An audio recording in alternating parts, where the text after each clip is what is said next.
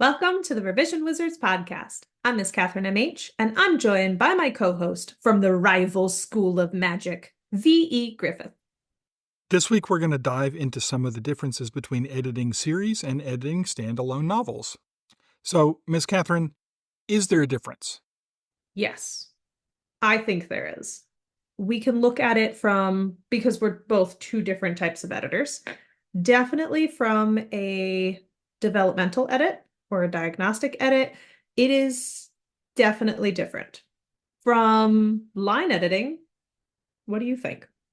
From my style of line editing, yes, it is different, and it can be more challenging to do a series, especially earlier in the series. But if you're just looking at sentence construction, no. My style of editing, I call it line editing, but I also include elements of developmental editing, I find. So I wind up paying attention to things like open and closed loops, hints that are dropped, those kinds of things. So those are, that's the kind of thing that you might run into from me. So tell me more about the differences for you. The differences for me are, and this will sound strange, but the plot, because you'll have open threads, and those are plots that have not been finished when you're looking at a series.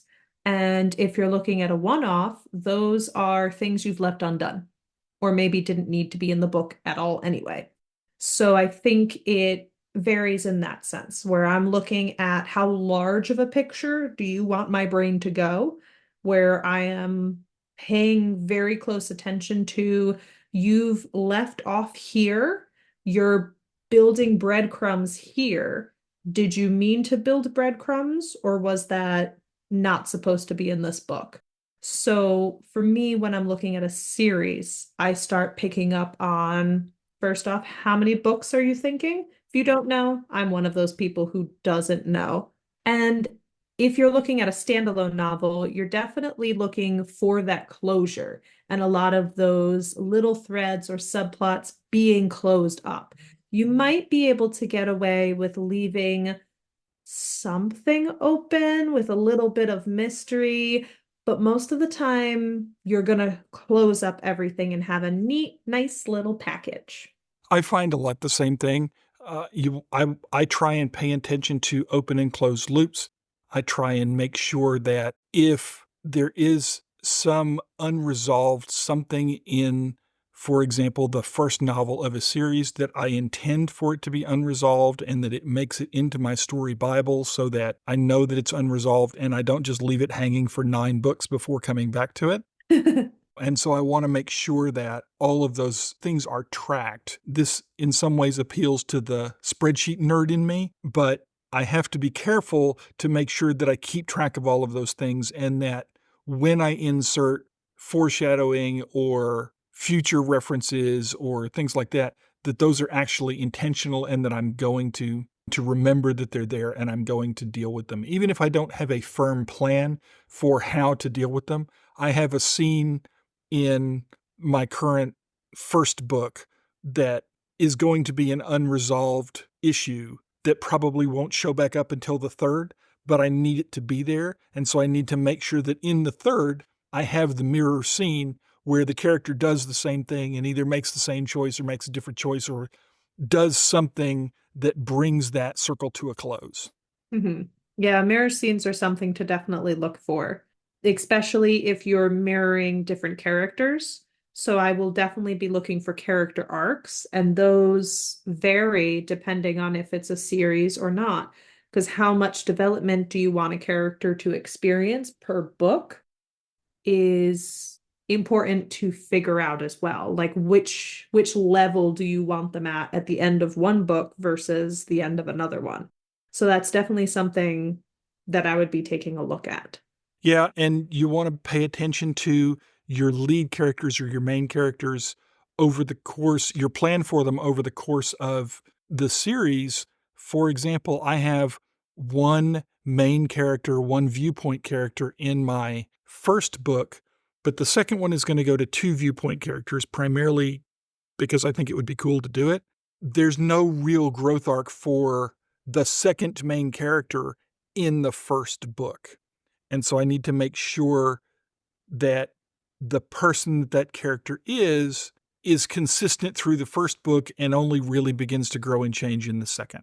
So you want to have, even if you don't have all of your scenes plotted out for all three of your books or however many are in your series, you do frequently want to have a general idea of where you're going so that you can at least start on the right path at the beginning.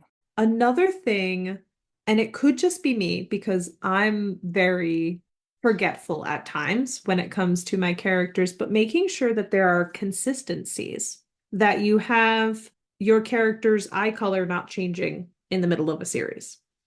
And so that is something that I would be looking for and making sure that those consistencies are staying there the entire series. So I guess another thing that we would really be looking for would be how much changes book to book. Are you doing something where it's very long, it's like an epic series, or are you doing something like Jack Reacher, where it's the same character, just new zone, where each book could technically be a standalone, but is also in a series. So when we're looking at things, we really need to kind of know that in order to understand what things will wrap up and what things that you can have left open. Or if you take like a romance series, and Bridgerton is a good one, you meet all of the Bridgertons, but each book has its own ending, and you know which of the characters is going to go next at the end of the book. So that way you know this is the next book in the series, but it's still technically its own standalone, but it's a full series. So things like that we would be looking for. The other thing that I like to pay attention to in terms of from one book to another is looking at the time period between books. Is there a time period between books during which the characters will change again off camera? So, for example, if you have 30 years between the end of book one and the beginning of book two, a character is going to grow and change naturally in that time. If you have no time at all, then you're going to start from where you left off, and you need to account for that, think about that, and think about how to explain that backstory. If you do have change, where did that change come from? You'll need to sprinkle that in terms of flashbacks or in terms of some kind of exposition or some kind of dialogue or something to explain why Sally doesn't believe that anymore. What changed in her life that changed her feelings? What would you say is the most challenging thing about editing a one-off? I think honestly, one-offs are pretty easy to edit. You just need to make sure that you have all of your loops closed unless you absolutely positively intend to keep them open. It's really a question of intent and tying up all your loose ends. That's the big thing for me. I have edited standalone novels. I've edited parts of series. And for me, that's the big thing, is just making sure at the end of a standalone that all of your questions are answered, all of your T's are dotted, all of your I's are crossed. Yeah, I would say the hardest thing is the character. The world building and keeping that all together, that's good. But making sure that the character realistically changes and has some of those themes that the author wants to present is the most difficult for me. Because you also do get that I'm a reader sense. We are readers when we're reading these books. So sometimes you do really enjoy a character, but you're like, ooh, I wouldn't have seen them going that way. And you still have to remember you're editing someone else's. So it's not how you would want it to be. You have to look at, yes, this works for that book. And that's challenging when you would want things to continue, but it's a one-off.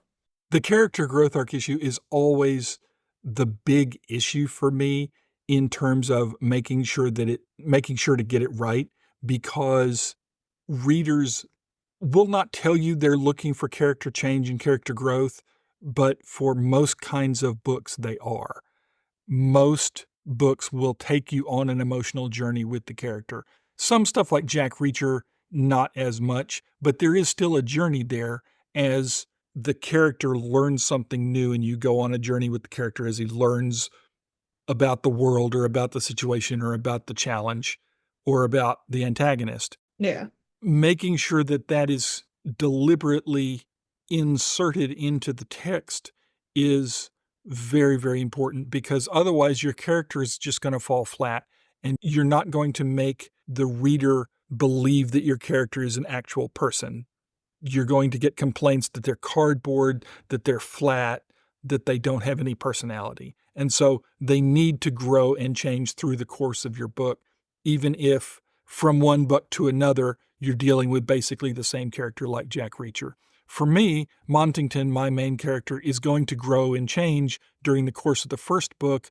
And then when we get to the second book, he's going to be the same character that he ended up as at the end of the first book, because there's no time gap between them, just so you know. As you read the first book, there's no time gap into the second. But making sure that that growth does occur and that the stage of growth that he is at when he reaches the end of the first book is very important in terms of making sure that my character growth arc across the series works too.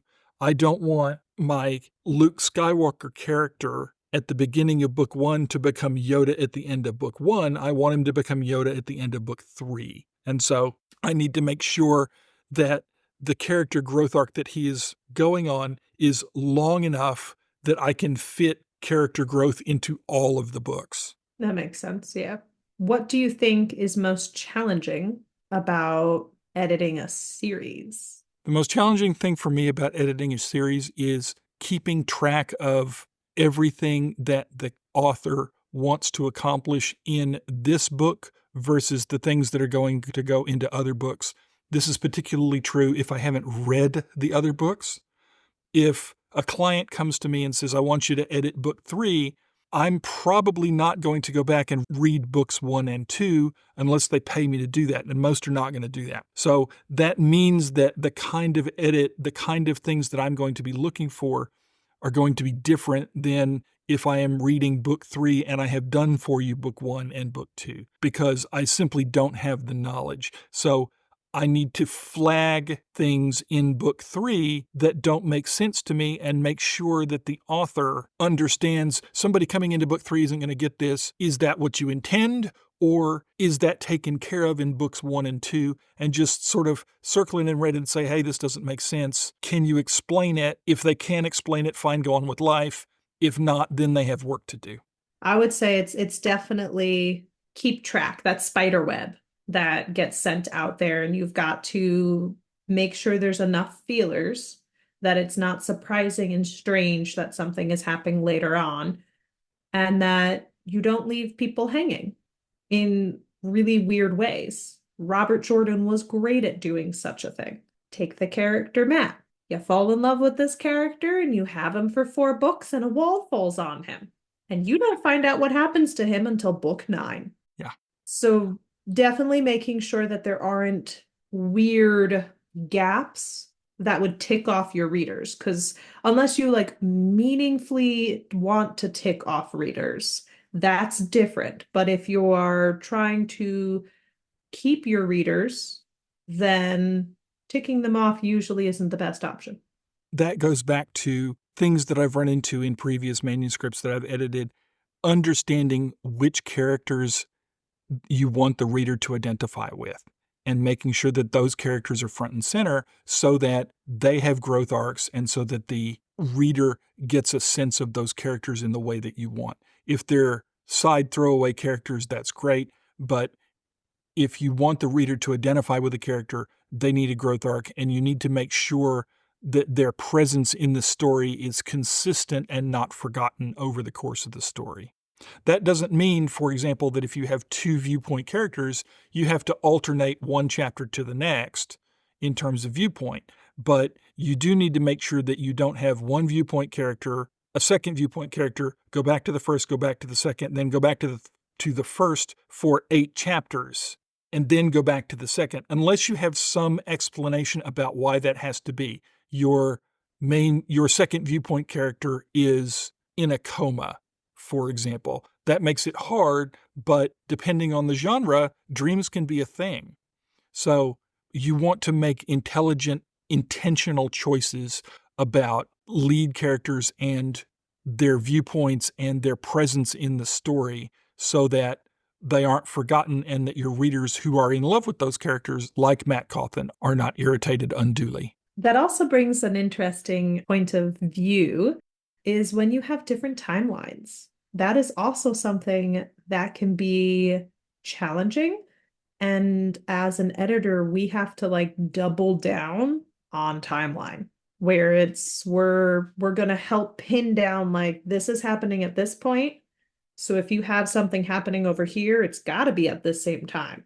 Or like if they're talking about it, it has to match up through those timelines. So I think that is probably the hardest thing for me is timelines. Just making sure that things happen in the correct order. Yeah, Yeah. that's a big challenge, especially if you're doing, for example, a book about time travel. Those can be really, really challenging to get all of your things in order. I always look at, for books that involve time travel, I always use Doctor Who as an example because Doctor Who has got time travel in it. And the way they weave the time travel into the story or a story arc over the course of a season becomes very important. But in the moment, can be either very scattered looking, which can be disconcerting, or can be straightforward, where you get to a time, you don't travel during the episode, and then you travel again. But then over the course of the entire season, you see how all of these things have come together to be a single story. It's difficult to do. Sometimes you need tools like a spreadsheet or a Word doc with your timeline in it, or if you're doing firm dates and things that need to move around and you want more automation and more tools to help you keep track of that, you may use a tool like Aeon Timeline, which our friend Kim Lark uses. It's a really good tool to help you keep track of things that happen when, Yeah, it's a really good one. Fun to play in. but very, very powerful and can be difficult to, there's a learning curve. And you can get very caught up in it. So there are tools and then there are distractions. And now we're back to, the war of arts, resistance, Stephen Pressfield and resistance. So you need to make sure that whatever tool you're using doesn't get in the way of your writing. You want it to enhance your writing, not get in the way. All right. So my last question for you is what do you think a writer should let their editor know if they're writing a one-off versus a series? Like what's the big difference to chat with them about? I'm a believer in the idea that you shouldn't hold spoilers from your editor. You want to hold spoilers back from your beta readers. You want to hold them back from test readers. You want to hold them back from readers, but not from your editor. The reason is your editor, if you're holding spoilers from them, your editor is going to have a harder time helping you fit your timeline together and fit all of the things that need to happen together over the course of the books.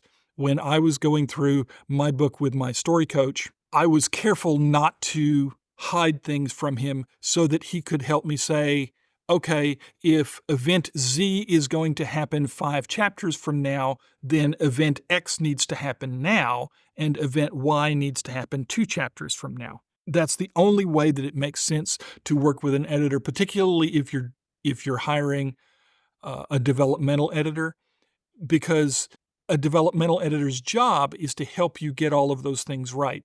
So your editor needs to have all of the parts in their toolbox, or in their puzzle box rather, to help you put the picture of the puzzle together correctly. If they don't have all of the pieces, that's going to make their job harder, and it's going to make your job as the author harder because the editor's suggestions to you are going to be less effective. Yeah, definitely don't hide things. And that's the same for either one off or a series. I think the only thing I would add to that is if you are writing a one off and there's a possibility that you might think of writing a sequel to it, let them know. Be like, hey, I thought about this, and maybe that's why I left this one other thing open. Let me know if you think that that would be enough of, a good lead way into a sequel in case I wanted to write one. So just adding those little bits really help out an editor figuring out your story. And there you have it. Yep. One-offs versus a series. All right. Well, I guess we will see everybody the next time. Stay magical. Bye. Thank you so much for joining us for today's episode. You can find every episode on your favorite podcast player and on YouTube. For transcripts, please visit our website at revisionwizards.com. They go live the same day as our episodes. If you'd like to reach out to us separately, you can find me at vegriffith.com and Miss Catherine at scribes-pen.com. Stay magical. I did it on the right side today. I felt very happy.